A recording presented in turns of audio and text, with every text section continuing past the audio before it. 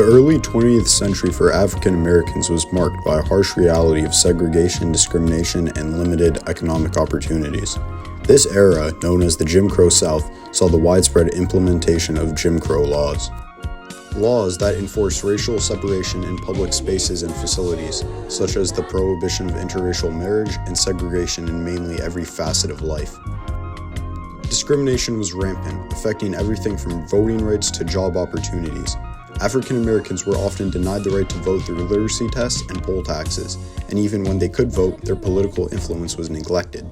Economic opportunities were scarce, with many black people trapped in low-paying agricultural jobs or relegated to domestic service, leaving little room for economic stability.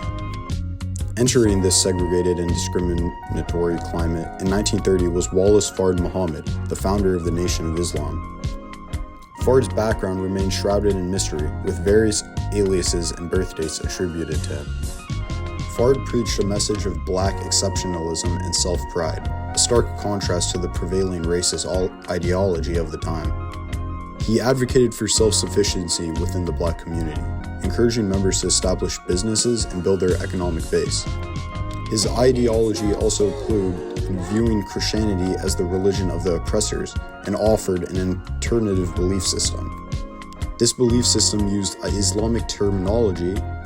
However, Fard's teachings deviated significantly from the mainstream Islamic traditions. In 1934, Fard suddenly disappeared, leaving no trace behind. However, his impact was not forgotten, and members of the movement believed Fard to be the incarnation of Allah.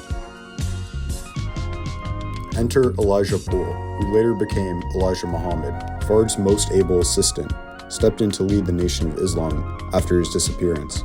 Elijah became his messenger. This succession solidified Elijah Muhammad's leadership and propelled the Nation of Islam's growth in the coming decades. Like Fard, Elijah Muhammad's core message revolved around black empowerment and separation from white society. He believed white people were inherently evil oppressors and black people were their original superior race. This message resonated with many African Americans, disillusioned with the racism and lack of opportunity they faced in America at the time.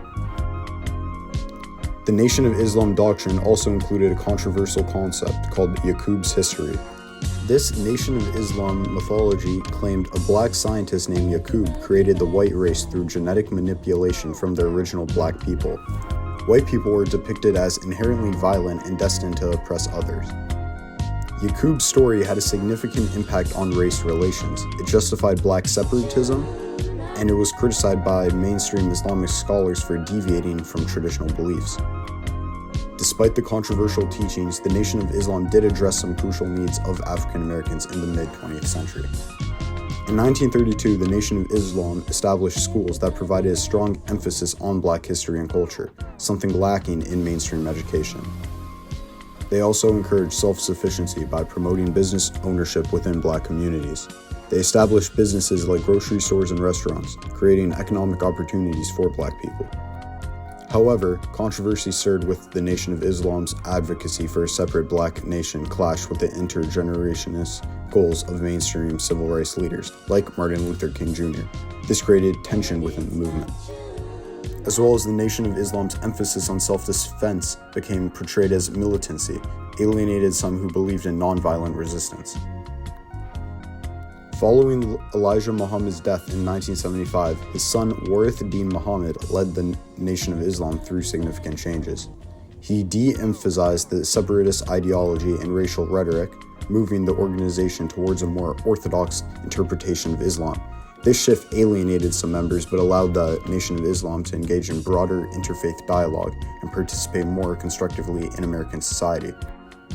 While the Nation of Islam's impact on the civil rights movement was multifaceted, it undeniably played a role in raising awareness of racial injustice and empowering African Americans at the time. Today, the Nation of Islam's influence is debated. While some see it as a catalyst for black empowerment, others condemn its divisive rhetoric.